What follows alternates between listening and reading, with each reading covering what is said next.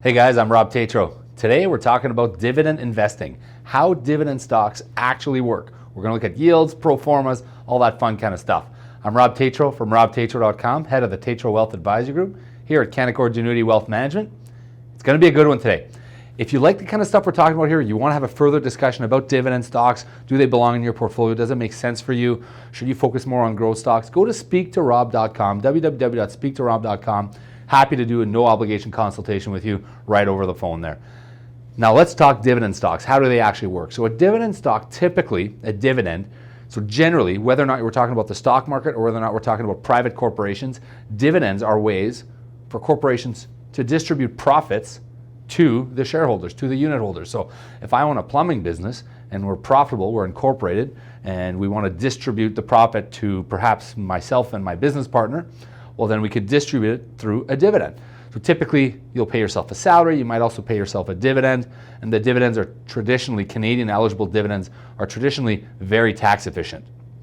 Now, for publicly traded companies, now this is what we're talking about today, companies out there that have large balance sheets, they're publicly traded, you're able to buy and sell them on an exchange. They will generally declare what their dividend policy is for the year.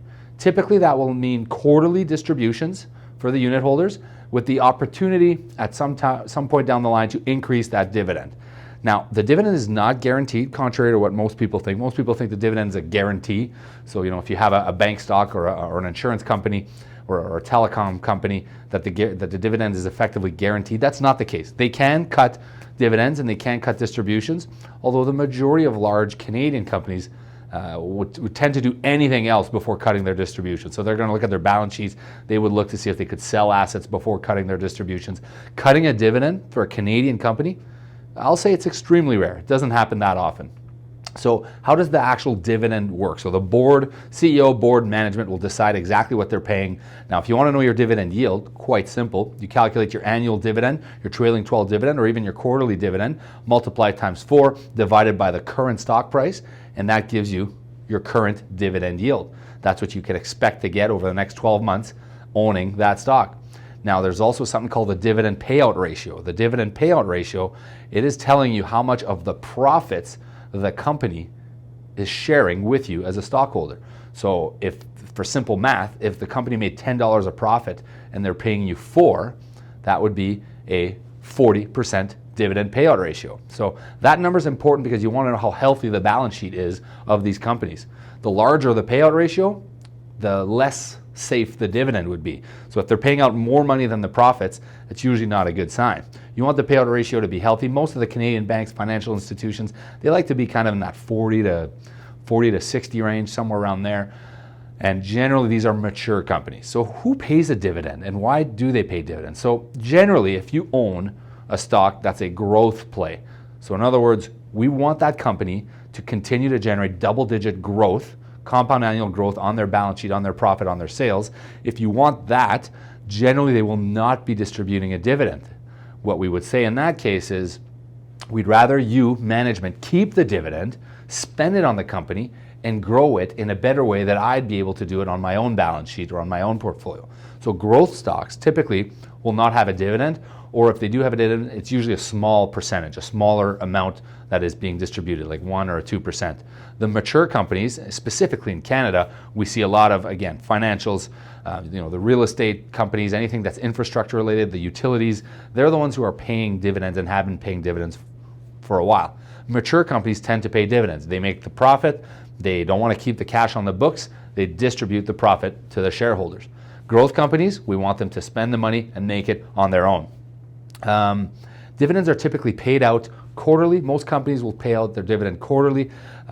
It's announced, the distribution gets announced and it gets paid usually 15 days, anywhere from 10 to 20 days after the end of the prior quarter, and it usually gets paid directly to your investment account. Now, there are some old school investors out there who continue to own a certificate. So if you have a certificate with 1,000 shares of Manulife Financial, for example, you might be receiving an actual physical check to your home address every quarter, which has the dividends on it. So that's probably something that if I were you, I'd look at maybe getting that set up somewhere where you could kind of automate that dividend. And most companies don't want to be sending checks anymore regardless. So The dividends can also be reinvested. So a lot of times the firms will allow you to do a dividend reinvestment plan. So they'll take your cash, they'll take your dividend if you don't actually need the cash. If you're an investor that doesn't need the cash flow for that specific month or that specific quarter, you could reinvest it in the company, and typically companies will allow you to rebuy the shares of their own company at a discount to market, 2, 3,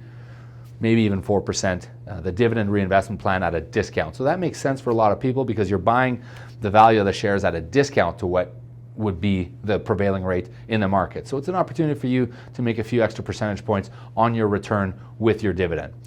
Most people, you forget to look at it. You don't look at your statement. Next thing you know, you've dripped, as we call it. You've dividend reinvested. You've dripped all these shares, and now you have way more shares working for you. In 5-10 years, you forget, you got all these shares that are working for you, generating all that extra dividend income. So as a reminder, again, guys, this kind of stuff, if you're confused about this, if you want a further clarification, go to speaktorob.com. This will give you an opportunity for you to book a no obligation consultation with us. We'd love to chat with you about this or anything else in your portfolio. Dividends are extremely tax efficient. Canadian eligible dividends are extremely tax efficient. Talk to your accountant if you're not sure how that works. Talk to your advisor if you're not sure how that works. We'd love to share kind of some more information with you on that. Makes a lot of sense for a lot of Canadians in their portfolios, depending on where you are in the risk metric. So, if you're a conservative investor, you might want to focus on more mature companies.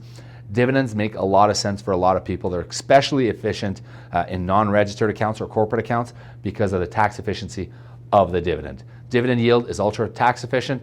You want to make sure you're aware what your dividend payout ratio is for these mature companies, or just let your advisor worry about that, I would say. Again, guys, thanks for your time. I'm Rob Tatro from robtatro.com, head of the Tatro Wealth Advisor Group here at Canaccord Genuity Wealth Management. Give us a share, give us a like. I'd love to hear your comments with respect to dividends, how you feel about them. And don't forget, go to speaktorob.com to book a free, no obligation consultation. Thanks for tuning in.